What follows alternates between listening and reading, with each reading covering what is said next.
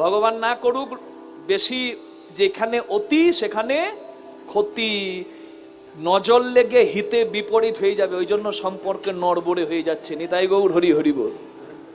ভালো থাকুন, সুস্থ থাকুন, কিন্তু অতি করলেই সর্বনাশ হয়ে যাবে। মা রাধে রাধে।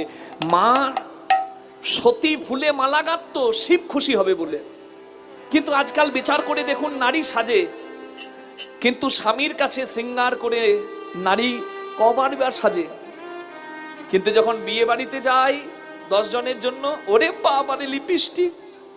হ্যাঁ সাজের দরকার আছে, না হলে তো স্বামী সম্মান থাকবে না, বলবে কোন বাড়িতে বিয়ে হয়েছে গো, সাজতে পারেনি ভালো রাধে।